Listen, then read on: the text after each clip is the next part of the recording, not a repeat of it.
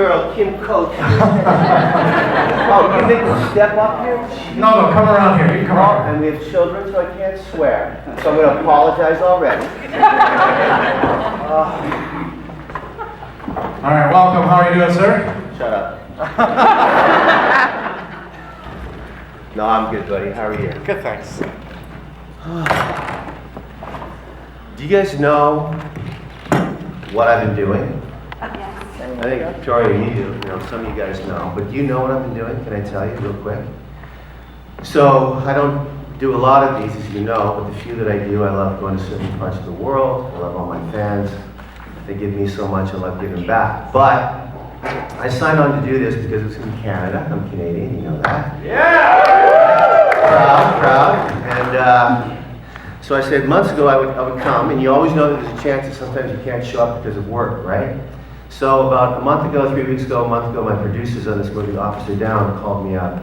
And I shot over 15 months ago. It's epic. It's unbelievable, actually. And they called me up and said, okay, so June 3rd. And I went, hang on, I'll call you right back. I called my assistant. I said, Ananda, am I doing something June 3rd? She goes, yeah, you're in Niagara Falls. I said, oops. So they can't, it's called Officer Down. I play Officer Down, so there's no way I could miss it. I didn't want to. So I just want you to know that I got on a flight right from the movie. It was a midnight screening. To be here yesterday for 3 or 4 hours with my fans and today. So I did this for you, and thank you. Thank you. And it's really nice to come home. So thanks for hanging out with me. No problem. We're going to get the floor open then as we did the introduction, and go ahead and say your name, where you're from, and question. Hey, how you doing? My first question for you is actually about Officer Down. How did you get help with Sean from Slipknot to get into the film? So, first of all, this movie, Officer Down, is not for you. It's not a little girl right there. Not for you. It's a heavy rated R comic book. Joe Casey written, Chris Burnham did all the artwork inside. It's on. It is madness. There's a cop. He's a good cop. In fact, he's the most perfect cop ever in LAPD, and he dies in the line of duty. And they put him on ice for 20 years, hoping that he can be brought back to life. And sure enough, they come up with technology to bring him back to life. So. This guy that I play is, for those of you, has anyone read the comics? Has anyone seen it? Any Image Comics? No? You have? Oh, yeah. All right, so, it's crazy. LA has gone to shit. It is more bad people running that city. It makes Gotham City look like Disneyland. And there's seriously one cop, Superman cop like me, to try and save that city. And it opened Friday night, and it was so epically sold out so fast that they had another screening, another theater at the same time. They did another screening this coming Tuesday, sold out so fast, they're doing another one Friday. So all of you beautiful Canucks who are into comic books and me, get ready, because it's something that you've never seen before. Yeah. Awesome. One quick question before I go is, what bathroom would Venus be allowed to use? What, which? Which bathroom would Which band? Venus be? Bathroom. Bathroom, she can pick whichever bathroom she wants. And I'll be your bodyguard every single day. Thank you very much. Next, please. Hi, Kim. I'm Natalie from Cambridge, Ontario. Prove it. Okay. My question is two-part, I guess. How was your experience on Sons, and who was kind of like your buddy on the show? I hated them all. It's shocking that we got along as good as we did. I think, you know, all you SOA addicts, you know, you guys know how amazing we all did get along, the 10 leads and all the guest stars. I mean, we were known as a show that everyone in Hollywood wanted to come on and guest star. And they would come on set and see all of us in our cuts. Even the women had balls. And they would come in and be so scared of all of us. We'd go, hey, how you doing? You good? You want coffee? You all right? What do you need? They go, thank you. We were just so happy to have all our guest stars. And as you all know, it was one of the biggest hits in television history. And so proud of that whole 7 years. It was a crazy world that Kurt Sutter created. And it was just really beautiful to do, really. I mean, it's over, right? So get a life. It's over, done. But none of us will ever forget it, none of us. And it was a part of TV history now, for sure. Yeah, who was your buddy on the show? Listen, if I say someone and then someone else is gonna get there, you know, and I'm not. So I can just honestly say that we all got along. We were in Houston last week, 20 of us. So great to see Charlie again. So great to see Pearl again. So great to see some of the boys. I see Booney a lot. I see Tommy a lot. I don't see Theo as much as I'd like to. He's now in Staten Island in New York all the time, filming that big Netflix series. We're all so busy. We're also all over the world, but when we get together, we're a bunch of schoolgirls, just like so happy to see each other. It's all good. Thank you. Thank you very much. Next, please. Hi, I'm Carlson, I'm from St. Catharines. I already asked you this, but have you ever been to Port Dover or been this year? Sorry? Port Dover, have you been there before or was this? I don't know. Have I, guys? Have I been to Port Dover? No. Okay. Oh, no, is that the big route? That's the motorcycle rally, the 13th. No, I'll never So do you were that. there No. and not played? No, I'll never go to that. And I'll tell you why. Because I love riding so much, but I've been invited to Sturgis. Do you have any idea what it's like to have this fit? It's out of control. I can't even stay in Niagara Falls today. I mean, I couldn't get to my hotel room last night. I'm not complaining, it's just the truth. So no, I'll never do something like that. I support so many charities, so happily. I do so many rides that are a little on the calmer side, but that thing is epic, I hear, but no, I won't be there. Have you ever done the Penn Center one too, or? That's right in Hamilton, right? St. Catharines. No. St. Catharines. We did that last You year. did it with It was 120 degrees. It was so hot. You plan on doing one again or no? You never know. Okay, good. Thanks. Thank you very much. Next, please. Hey, I'm Eric from Buffalo. Prove it. Just kidding. Yeah, Buffalo! I love Buffalo.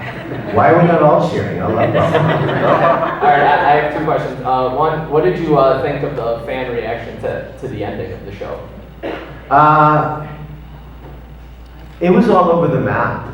You know, I think a lot of people were sad. I think a lot of people were somewhat angry. I don't think anyone was super happy. But for me personally, it had to go down that way. It's Hamlet. It was always going to be Hamlet. Hamlet dies. Charlie had to go. And you guys saw how that last season was. I mean, it was, for me, way too violent. For Kim Coates, for Tig can accept anything, but it was way too violent for me. And I think that's the way Sutter wanted it to go. He wanted it to just be madness, and for Charlie to be, you know, as Jack's responsible for his lies and his secrets, and Gemma's lies and secrets, and all of us trying to keep it together. It was kind of sad, but it had to go down that way. Okay, and everyone knows you were a true rebel on the show, so how about breaking the rules and taking a picture with a fan that's got $5 left? Get out of here, Buffalo. Nice try. Thank you very much. Next. Hi, I'm Amanda from Buffalo. I know that they're talking about doing the Mayan spin-off. Yeah. With a lot of you guys still being, are you guys gonna be in it, or? Well, first of all, a lot of us, what are you talking about? There's only 2 leads alive in that entire show. Everyone's dead. So, I know you're talking about Emilio and maybe Jimmy Smits, right? Listen, that whole Mayans club was a pretty epic thing for Emilio, right? How amazing is that actor, right? Let's give it up for Emilio. He's a real deal. So, we don't know. All we do know is Sutter's doing it. They've ordered the pilot. They're writing it as we speak. I just saw Emilio last weekend. You know, he doesn't know what's going on. So, when it's time for you guys to hear something and you'll all hear it together, because none of us know, but I wish FX the greatest success. I love John Landgraf so much, and they deserve, you know, all the success in the world. Thank you very much. Next, please. Hi, Kim. Hi, gorgeous. I'm Cynthia. I know who you are. I know. Oh, this is Sophia, for those of you who don't know. Go ahead. I loved your art with Venus.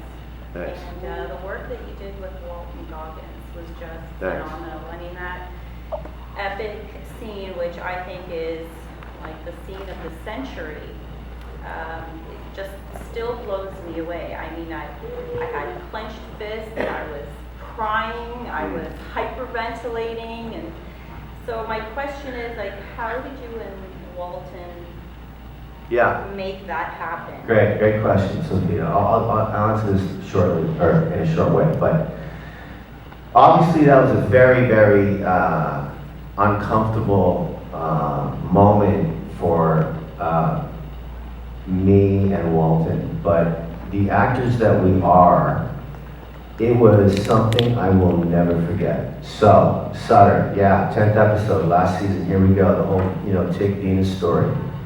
We shot all 3 of those scenes in one day. I don't say this often, so keep it to yourselves. You're all filming me anyway. God, technology, fuck it. Anyway, we filmed that in 16 hours, and we did that last scene last, obviously. And this is a true story, so we go to block the scene. It's already been an emotional day for Venus and for Tig, right? So we go to block the scene, and we sit down I'm on the bed, she's on the chair, and we start doing the scene, and we both started to frickin' cry. So we stopped, and we went, you know what, why don't you, Paul Maybaum, the DP, amazing, put a camera on him, me, put a camera on her, Walton, right now, let's just, we're ready to, just put a camera on both of us. And when we were done, every single crew member was bawling, standing up, applauding, standing ovation. Goggins and I smoked a pack of cigarettes. Don't smoke, kids. It's really bad for you. Do not smoke. Pack of cigarettes, bottle of scotch, talking about acting, his kids, my kids' life. Because if I wanted to be comfortable as an actor, I'd be doing CSI Saskatoon. Okay? and so to play that arc, Tig Traeger was the only biker who could have pulled that off. He was the champion of the underdog. He loved his dogs. He loved transgender. He loved straight. It didn't matter to him. And I loved Sutter for completing my circle. It was awesome. And you became VP, like I did. thought. A little VP. Thank you. Thanks, Sophia. Thank you. Next, please. Hi. Hi, Brianna from Sanborn, New York. Was there a particular scene that sticks out being like the hardest to film, whether it was like emotional or just something happened that day? Was there any kind of scene that was just... Yeah, I get asked that like all the time, right? And it's a hard one for me to answer because I don't have favorites. I don't have a favorite. I don't. That's not how I roll. But I would have to say the toughest was losing my daughter in the pit like that. I'm a father, happily, of two daughters, right? 26 and 22. So when Sutter, he and I were in New York together 5 weeks before we started filming, he comes up to me and he goes, yeah, so basically your daughter's gonna die in front of you, burned to death, and you're chained like an animal. And I said, oh, what? So the internal work that I had to do with, I've got a therapist buddy, was pretty emotional. And then I had props department save me because they built these bracelets, leather bracelets for my wrists so I could wear real handcuffs. So I wouldn't rip my hands right off because I would have, you saw the scene. I didn't come home for two nights. We filmed at nights. I just stayed in this dumpy little hotel, lost my voice. And Rachel Miner was amazing. Paris Barkley directed that episode. You just, as an actor, how do you do something like that, right? So I was thankful that Sutter, he couldn't write for all of us all the time. Too many leads, too many really good actors. But when he did give Tig his due, I got, some like the best stuff. So as an actor, I'll always be thankful for that. And was there any particular guest star that was one of your favorite to work with, essentially, or just someone that you really kind of like? No, they were all great.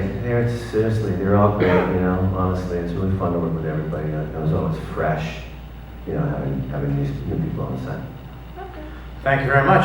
I know also, Kim, that you got by request to come back on the final season of Entourage as the sleazy producer again. And what was that thought of being able to, by request, to come back? Well, I did the first one in season 3 or 4, I can't remember, and I did it just because I was a fan of the show. And it was fun to do, and I was clean-shaven producer, douchebag again. But when I heard rumors that they wanted to bring back their favorites for the final season, guest stars, they said, would I want to come back? And I told my agents, I said, I'd only come back if they really gave me something to do. I mean, really gave me something to do. And for those of you who saw it, it was beyond something to do. It was off the hook, that guy, and the drugs and everything. And all the leads in that show were so awesome to me. And it was really painful, actually, but really fun. Awesome. I know that along with doing the TV shows, you've done like 50 plays across North America. You actually took drama by chance in University of Saskatchewan. And thank you for doing that, because look how the great stuff that you've been able to produce when you have been able to do. Along with that, what has been your favorite play that you were involved with? And do you prefer doing the plays over the TV shows or vice versa? Were you not listening about favorites? Did you not hear what I just said? Listen, here's the deal. My children have never seen their father on stage, right? So it's time. And now that Sons is over, my last play that I ever did was in 1990, Streetcar Named Desire. I went right from Broadway, doing Streetcar to Vancouver, the Vancouver Playhouse. Larry Lillo is gone now, one of the great directors in Canadian history. And I haven't been on the board since. Yes, I have. I've done about 50 professional plays. I was young as Macbeth ever at Stratford at 27. Went right to Broadway, Dracula in Atlanta, Ladies on Bonjour, Louisville, Kentucky. Neptune, I did 11 plays there. Anyway, it's time. So I can't say, because I just can't say. But I've been offered something that is so beyond epic, it scares the bejesus out of me. I had to take a big meeting with the producers and the director because they want me so bad, and I actually said I would. Now, they don't give the rights out to this play, they just don't, but when they heard that I was interested, they said, yeah, you get Coach, you're in. So get ready. It's, if it all works out, it'll be 2017, so it's really frightening to me because I've been doing so much, 60 movies and all this television, to get back to stage is like, wow. As a Canadian, breaking out into the American culture of entertainment, sometimes, we have some great Canadians who have done that, but a lot of times it's hard for Canadians to even try to even do that. Any tips or advice you could give to maybe inspiring actors or actresses out there? Yeah, great question. I say this all the time. Do not go running to Toronto or Vancouver or New York or LA thinking you're going to become a star. It's just not going to happen. It's not going to happen. You have to stay where you are. You have to stay where you are. You need to get into theater. You need to get into improv. You need to take your little iPhones now, they're all on me right now, and write a little movie and direct it and think about it and watch yourself on screen. Take classes with peers your age and figure out what it's like to create a character. What does it really mean to act? Because I'm telling you that if acting was easy, we'd all be doing it. You need to not act. You have to be so real and so committed and so not afraid to fail that you don't even know it's Kim Coates anymore. You want to be lost in what that woman or man is doing on stage and television, film. And that's why there are great actors and somewhat okay, then really pretty people, they got a great career. But honestly, no rush, but follow your bliss, and you have to do theater. I remember in 1981 when I graduated and I signed with this really big agent in Toronto, and he wanted to give me the film right. I was a tough guy, blue eyes. I said, no film yet, no, I need more stage. And that's why I refused to do anything in the land of movies into the late 80s until I had completed all my Stratford stuff and my on-Broadway stuff and Live of Mine in Toronto in 1988. That is what made me the actor that I am today. And people in America love Canadian actors that are worth their salt. They love it when we go down there. America's so crazy right now, right? So we're not going to talk politics, but they do love making stars. They do love giving people, wherever you're from, an opportunity. And so I'll always be grateful for I was naive, I was not afraid of anything, and I just did it from Toronto to New York to LA. Now I have places, here and there and everywhere, but I worked really hard, and it's not easy, and yet, don't kid me, because you guys know this about me. It's not brain surgery, so I'm not giving myself a pat on the back, but I am saying this, that now that I'm a bit of a celebrity, I love giving back, and I love my charities, and it means the world to me when people love me and love my work, and we can raise hundreds of thousands of dollars for kids who have nothing, or cancer victims, or blah, blah, blah. I'm really, really proud of that. Thank you very much. Yes, more questions and 2 more questions only, so please, before you ask, I want you to know Kim's going to be at his location, and he's going to be doing autographs and pictures, and you can talk to Kim more there, and he's going to be doing photo ops for today as well. So please, ask your question. Hi, Andrew from Windsor, Ontario. Just, can you tell us about your time on the set of Resident Evil Afterlife? Sure.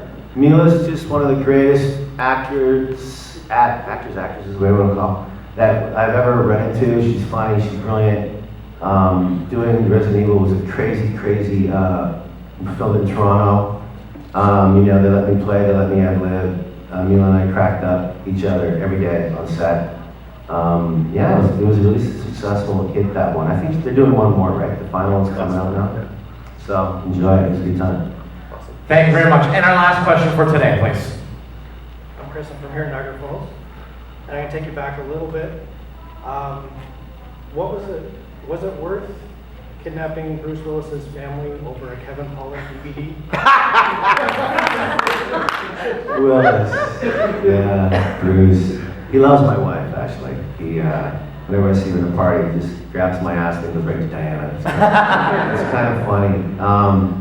I say this to people, they go, I know your buddies with Kevin Costner and Bruce Willis, and I go, when they're your pal, like when you're actually friends with these guys, because I mean, my life is out of control. I can't even imagine to be on that Brad Pitt, Bruce Willis, that's kind of, they can't really go out anywhere.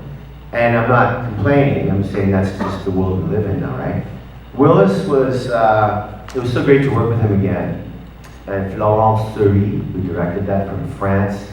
Do you realize how amazing filmmakers there are out there? You know how hard it is to make movies now these days? I mean, it's just all big, and marble. I mean, it's just a whole different world now that we live in, right? So I'm really championing any drama, twisted, wonderful story that can still be done. And that hostage was, I wore a mask for heaven's sakes. I didn't even get to take it off. I said to Florent, well, I get to take it off. No. No, King. It's about your eyes and your voice. All right, and Willis and I, we had so much fun together. He's a good guy. Thank you very much. Kim Coates, everybody. So, you guys, as you all know, I got a hard out at 3 o'clock. I'm out of here. I'm going home to Saskatoon for a huge speech that I'm giving to too many people. I'm scared already. And then we're raising a bunch of money for creative kids on Saturday night. So I'll be back there from 2 to 3. One more hour, then I'm gone. My jet's leaving. Let's do a selfie. We're going to do a selfie with the group, so everyone put your hands up in the air and everything else. Jimmy, get out of the way. Leave it to the professional. All right.